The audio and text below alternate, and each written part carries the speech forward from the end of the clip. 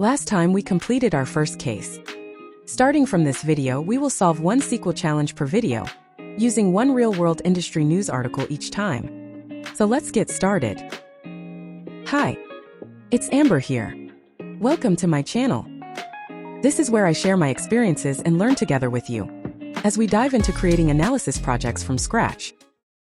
Today's topic is an analysis of the article, What Peak Season 2024 Taught Us About the New Rules of Holiday Shipping. After reading the article, there are two key takeaways. 1.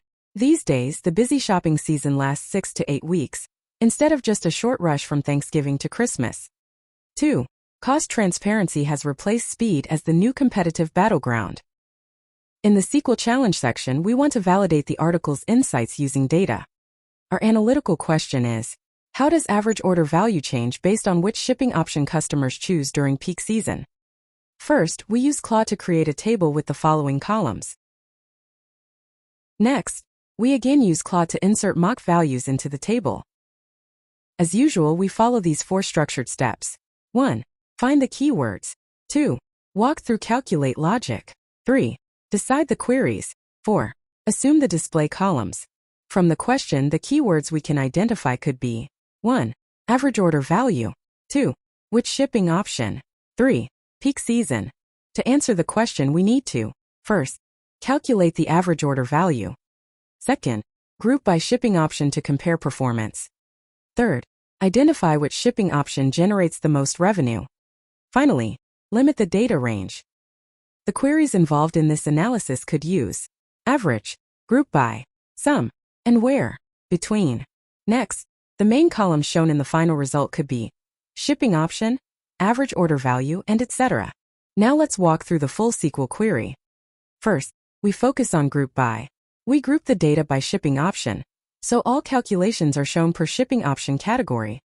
Next is where between. We limit the data with order status equals delivered, and then orders placed between 1st of November and the end of December. Note that here we use AND, meaning that these conditions all need to be met. Next, here's how each metric is calculated. Count all rows counts the total number of rows to show how many orders exist per shipping option. Average order subtotal calculates the average order value, rounded to 2 decimal places using round function. Average shipping cost displays the average shipping cost. Sum order subtotal adds up order subtotals, excluding shipping to show total revenue. We can also add percentage of orders. Uses count all rows multiple by 100 and divided by a subquery, ensuring the subquery has the same where condition as the main query. Similar to percentage of revenue, sum up order subtotal then multiple by 100 then divided by the total revenue from a subquery, again matching the same filters. Here we have the results. From the output we can observe 1.